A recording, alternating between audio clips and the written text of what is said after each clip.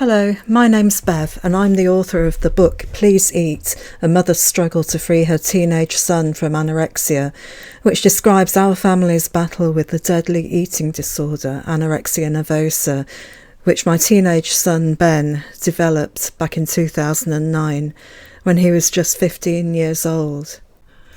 This week from June 2011 was definitely the rocky road week, because this post is from the 19th of June and it was Father's Day, and it was a bit of a rocky ride up at Pizza Express. So this post is called "Just When I Thought It Was Safe to Go Back into the Water." After more than 8 months of relatively problem-free eating out, who should come along to our Father's Day evening meal at Pizza Express last night but the eating disorder?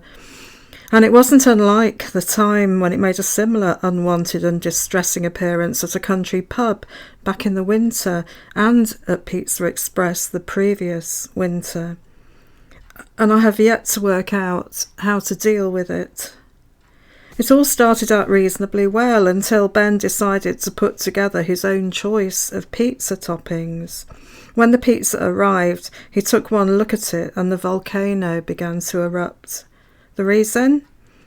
There weren't enough of the ordinary toppings, but there was also far too much cheese. My husband insists he heard him exclaim under his breath, "I can't eat all those calories." Ben demanded we send it back and started to get stroppy in a loud and embarrassing way, which included tears. Meanwhile, baffled staff, including the manager, rushed to our table to see what was wrong, and in the end, Ben fled from the restaurant. Of course, this totally ruined the evening for his dad, but hey, we're old hands at this kind of disruption. Somehow, probably due to the wine, I managed to keep things extremely calm and calm down Ben's dad, who was muttering all sorts of stuff about "we are never coming here again," etc, etc, etc. This time I insisted we carry on as if nothing had happened, not letting the eating disorder upset us or ruin the evening more than it had already done, and ignoring the untouched pizza rapidly going cold on the table beside us. To be honest, I didn't care where Ben had gone, nor did I give a damn about what our fellow diners were thinking about the very public display. I still felt extremely zombified from last week, unable for some reason to feel extreme emotions. It was as if my brain and emotions were totally numb. We finished our meal and asked for the bill, which Cringe, the manager, brought personally. He, Cringe, said he wouldn't charge us for the uneaten pizza. We insisted we pay for it, but he wouldn't let us. Cringe again, believing the restaurant was at fault. Never in a million years could he have known that there was nothing wrong with the pizza and everything wrong with Ben. It was surreal. So I left a large tip covering the cost of the untouched pizza, which I will deduct from Ben's points, along with the points I deduct for unacceptable behaviour, which I've only had to do once before. Then Ben returned and apologised. I insisted he drink his glass of wine, which was also standing on the table, untouched, and I asked him what he was planning to do to make up for all the lost calories. When we got home, he cooked himself a curry and managed to make up the lost calories. I mean, that was good, but that wasn't the point. It was almost a carbon copy of other experiences we had during the days of high anorexia. Why had the eating disorder returned in such a stark and disturbing way? I wouldn't be surprised if Ben is still losing weight after last Friday's significant weight loss. He has actively been resisting extra calories over and above the agreed daily total, and he hasn't been looking very healthy. It might just be me looking for a scapegoat, but I can't help thinking that this recent decline coincided with the CAM's assistant's remarks about Ben being weight restored.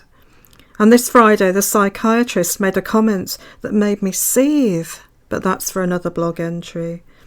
Meanwhile, there was I at 1:30 this morning, unable to sleep, just like in the high anorexia days, making a hot drink in the kitchen and stuffing my face with comfort biscuits, then trying to get back to sleep, telling myself that it was neither the time nor the place to start working out a plan to patch up any damage and get back on course.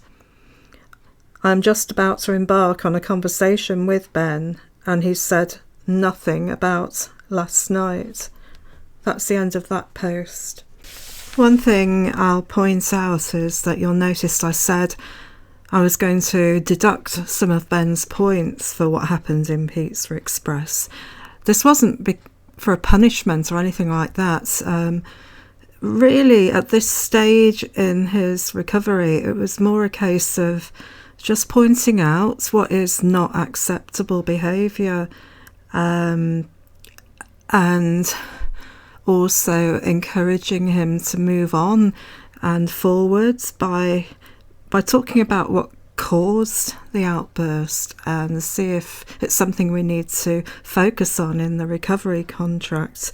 It was all it wasn't a punishment or you've been naughty, I'm going to deduct points or anything like that. It was much more of a positive thing, if that makes sense. Anyway, I'll be talking about that in the next post.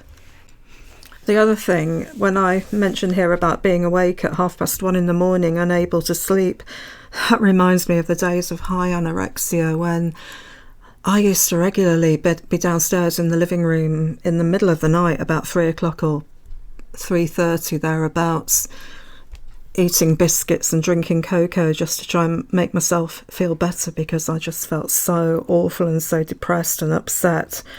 And the good thing about the Around the Dinner Table forum, one of the many good things, is that because it's an international forum for parents of young people with eating disorders, there was always someone around at whatever time of day you needed some help. And that would always be the case if I posted a distress signal and a cry for help in the middle of the night. And also, one of my really good friends on the Around the Dinner Table forum, a wonderful, wonderful woman called Charlotte, who was absolutely amazing.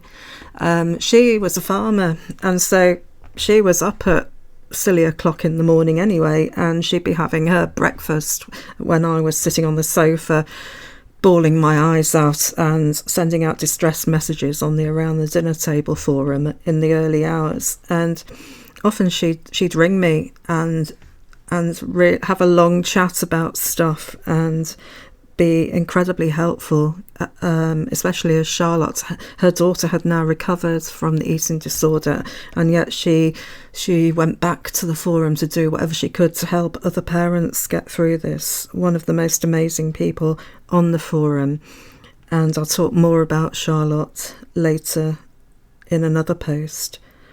Anyway, thank you for listening. You'll find a link below to my blog, and you'll also find a link to my website where you can download free PDFs of my blog, and also a link to Amazon where you can buy a copy of my book.